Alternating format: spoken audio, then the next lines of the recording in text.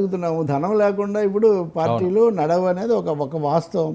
సరే, ప్యాకేజీ నేనైతే చాలాసార్లు ఖండించాను. అంటే నా అభిప్రాయం, కేవలం డబ్బు కోసమే ఇదంతా చేస్తున్నారు, చంద్రబాబు డబ్బుతో కొనేసాడు అనే స్లోగన్ అయితే నేను యాక్సెప్ట్ చేయను. వాళ్ళ మధ్య అవగాహన ఉంది, లేదా ఎవరేం భరిస్తారు అది వేరే విషయం. కానీ అంత పవన్ కళ్యాణ్ స్వభావం రీత్యా తన సినిమాలు, తన స్వతంత్రము, తన మాట వీటి మీద ఎక్కువగా ఉంటున్నటువంటి ఒక పరిస్థితి.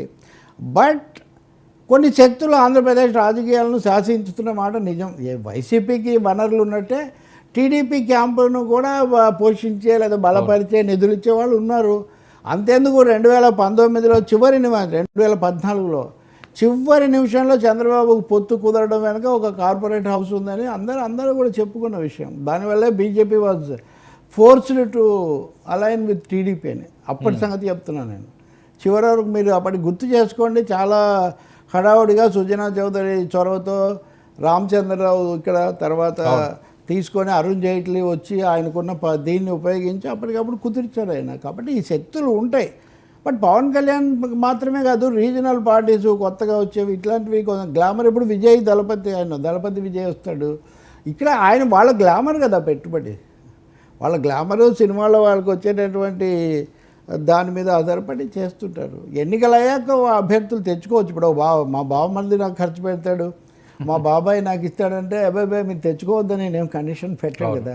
సో మీరు వసూళ్ళకు తెరలేపకండి అనేది మా అన్నయ్య మీద వచ్చిన నింద మళ్ళీ నాకు కూడా వచ్చేటట్టుగా చేయకండి. సో ఎన్ని మెలికలు పడ్డా, ఎన్ని మెలికలు పెట్టినా 2024లో మాత్రం ఖచ్చితంగా చంద్రబాబు నాయుడు గారు విజయం వైపే ఆలోచిస్తారు, అంతేనా? దేనికైనా ఎవరైనా అంతే కదా. చంద్రబాబు నాయుడుకు లాస్ట్ ఛాన్స్, పవన్కు ఫస్ట్ ఛాన్స్ అని ఇదివరకు మనం అనుకున్నట్టుగా ఈయన తన పార్టీ జెండా పాతాలి, అప్పుడు జెండా పీకేస్తామని చిరంజీవి మీద హెడ్డింగ్ పెట్టింది ఒక పెద్ద పత్రిక. దాంతో అరవింద్ వచ్చి మాట్లాడేది ఇదంతా. ఈయన తన జెండా పాతడం కూడా ముఖ్యం వీళ్ళతో పాటు అని ఆయన అనుకుంటున్నాడు. చంద్రబాబు నాయుడు మ్యాక్సిమం ఇప్పుడు కనుక రాకపోతే నవ్ ఆర్ నెవర్ బ్యాటిల్ ఆయన చేస్తున్నాడు.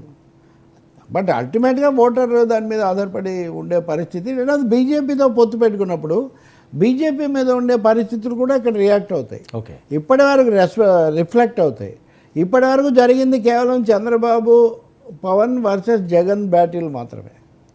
బీజేపీతో కూటమి కట్టిన తర్వాత ప్రత్యక్షంగా బీజేపీతో ఉండే రాజకీయాలు, బీజేపీ ఒక హిందుత్వ రాజకీయాలు అన్నప్పుడు అవి సరిపడని వాళ్ళు, ఆంధ్రప్రదేశ్కు అన్యాయం జరిగిందని భావించేవాళ్ళు, ఇటువంటి వాళ్ళందరూ కూడా రంగంలోకి వస్తారు. సో కొంచెం shape or colour of the battle కొంచెం మారుతుంది. సో ఈ చర్చలు తదనంతరం అక్కడ అమిత్ షా గారు మాట్లాడినా, లేకపోతే మోదీ గారు మాట్లాడినా, నడ్డా గారు మాట్లాడినా, ఇవేవైనా జనసేనకి సీట్లు ఇంకా ఎక్కువ పెరిగే అవకాశం ఉండే విధంగా చర్చలు కూడా అయ్యే ఛాన్స్ ఉంటుందా? పెరుగుతాయా తగ్గుతాయా అనేది కూడా ఒక పెద్ద ప్రశ్న. ఎందుకంటే వాళ్ళకు కూడా పంచాల్సి వచ్చింది అని వీళ్ళు బేరం చేసే ఒక అవకాశం ఉంటుంది. రెండోది బీజేపీని పెద్దగా అడగగలిగిన పరిస్థితి చంద్రబాబుకు ఉండదు. బీజేపీకి ఒక 5 పార్లమెంట్ సీట్లు, 8వ 10వ అసెంబ్లీ సీట్లు అని ఎప్పటి నుంచో వాళ్ళు ఒక మాట చెప్తున్నారు. సో అవి కూడా కొంచెం 10 వాళ్ళకి ఇచ్చాం కాబట్టి మన ఇద్దరం కూడా అదే నిష్పత్తిలో మనం సర్దుబాటు చేసుకుందామని చెప్పొచ్చు. అందుకని ఇంతకుముందు 28 అన్నవి కాస్త 25కి వచ్చినా మనం ఏం ఆశ్చర్యపోవాల్సిన అవసరం లేదు. కానీ కొంతమంది అంటున్నట్టుగా ఇదేదో సమాన భాగస్వామ్యం ఉంటుంది, ఒక 50 60 వీళ్ళిద్దరికి ఇచ్చి అంత అదే అయితే చంద్రబాబు నాయుడు దానికి సిద్ధపడ్డాడు. ఎందుకంటే ఆయన ఇంత పాకులాడేదే అధికారం కోసం. ఇదంతా అయినప్పుడు సమానంగా స్థానాలు వాళ్ళకి ఇచ్చి వాళ్ళ మీద ఆధారపడే ఒక పరిస్థితి ఆయన తెచ్చుకోడు. అంత ఒత్తిడి చేయగలిగిన శక్తి రాజకీయంగా రాష్ట్రంలో వీళ్ళకి లేదు. పవన్ కళ్యాణ్కి ఇది ఫస్ట్ అటెంప్ట్. ఆయన భారీగా ఏదైనా జరగాలని ఆయన చూస్తున్నాడు.